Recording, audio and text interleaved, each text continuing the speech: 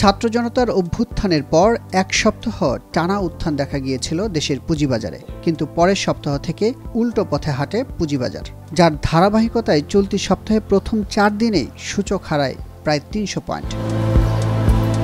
বাজার বিশ্লেষকদের মতে উচ্চ প্রত্যাশা ও সাইডলাইনে থাকা বিনিয়োগকারীরা বাজারে ফেরায় বড় উত্থান হয়েছিল সে সময়, কিন্তু অধিকাংশ টাকা বিনিয়োগ হয়ে যাওয়ায় বাজার খানিকটা গতি হারিয়েছে। বিগত এক সপ্তাহ আমরা মার্কেটে যে মুভমেন্ট দেখেছি, আজ বৃহস্পতিবারে যে মার্কেটের টার্নওভার এবং মার্কেটের যে ইন্ডেক্স বাড়া, মার্কেটের যে রিভার্সালটা হয়, এটা খুবই পজিটিভ একটা লক্ষণ। দেখেন 5 তারিখের পরে 6 তারিখ থেকে যখন মার্কেট অ্যাক্টিভ হয়েছে, আমরা দেখতে পেরেছি যে অলমোস্ট 4 দিনের মধ্যে 1000 পয়েন্ট বেড়ে গেছে। এটা খুবই অ্যাগ্রেসিভ অ্যান্ড এটা মার্কেট আন্ডার ভ্যালু ছিল অবশ্যই, বাট এই ম্যাক্সিমাম টাকাটা কিন্তু একটা ইনভেস্টমেন্টের জন্য ছিল, যেটা মার্কেটে লেনদেনের সাথে সম্পর্ক খুব কমই থাকে। এখন লেনদেনের সময় যখন আসবে, মানুষজন বিনিয়োগকারী কেনাবেচা করবে, এই টাকার ম্যাক্সিমাম অংশ কিন্তু বিনিয়োগ হয়ে গেছে লং টার্ম হোল্ডিং বিভিন্ন ব্লু চিপ কোম্পানি। ওই জন্য এই সপ্তাহে আমরা যেটা দেখেছি যে এই বাই যে ফ্রেন্সিটা ছিল, এই বাই যে ইন্টারেস্টে ছিল, এই ইন্টারেস্ট কুল ডাউন হয়েছে। সো ওই অনুযায়ী টার্নওভারও কমে গেছে, মার্কেটের মধ্যেও একটা প্রেশার চলে আসছে এই পুরো সপ্তাহে। চলতি সপ্তাহে ঢাকা স্টক এক্সচেঞ্জ ডিএসইতে লেনদেন হয়েছে 5 কার্যদিবস। এর মধ্যে 4 দিন সূচকের পতনের বিপরীতে বেড়েছে একদিন। সপ্তাহের প্রথম দিন রবিবার ডিএসইএক্স সর্বোচ্চ 125 পয়েন্ট হারায়। বুধবার সূচক 100 পয়েন্ট হারালে 4 দিনেই ডিএসইএক্স কমে 297 পয়েন্ট, কিন্তু বৃহস্পতিবার ব্যাংকের শেয়ারের উপর ভর করে ডিএসইএক্স বাড়ে 93 পয়েন্ট। ফলে সপ্তাহ ব্যবধানে ডিএসইএক্স কমে 204 পয়েন্ট। টানা দরপতনের প্রভাব পড়েছে ডিএসইর লেনদেনেও।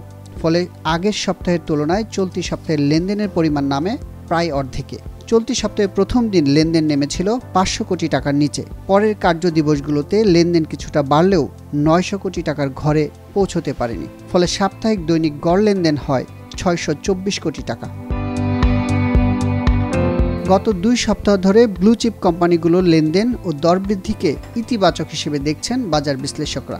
এই পরিস্থিতিতে দ্রুত 3% ডাউন সার্কিট ব্রেকার প্রত্যাহারের পরামর্শও তার। আমরা গত কয়েক বছর ধরে যেটা বলে আসছি মার্কেটে, যে মার্কেটে ভালো ভালো স্ক্রিপ্টগুলি কিন্তু টপ টার্নওভারের মধ্যে থাকে না। আজ কিন্তু দেখেন গত 1-2 সপ্তাহ ধরে গ্রামীণ ফোন, ব্র্যাক ব্যাংক, অলিম্পিক, রবি, ব্যাটবিসি বিভিন্ন রকমের ব্লু চিপ কোম্পানি কিন্তু সবচেয়ে বেশি ট্রেডেড হচ্ছে। এটা কিন্তু মার্কেটের জন্য একটা ভালো সাইন। গোয়িং ফরওয়ার্ড আমরা যদি কারেক্ট পলিসি রাখতে পারি, আমরা অবশ্যই দেখব যে এইসব কোম্পানির মধ্যে সবচেয়ে বেশি বিনিয়োগ হচ্ছে, সবচেয়ে বেশি টার্নওভার হচ্ছে, বিনিয়োগকারীদের ইন্টারেস্ট এটাতে আবার ফেরত আসবে। এখন অবশ্যই বাংলাদেশ সিকিউরিটিজ অ্যান্ড এক্সচেঞ্জ কমিশনের সবচেয়ে বড় যে কাজটা হবে সুশীল একটা সিকিউরিটিজ অ্যান্ড এক্সচেঞ্জ কমিশন করা, মার্কেট করা। বাট ভেরি ইম্পর্টেন্ট যেটা আমি মনে করি, 3%-এর যে এই ডাউন সার্কিট ব্রেকারটা যে আছে, এটা অ্যাবসলিউটলি যত তাড়াতাড়ি সম্ভব রিমুভ করা।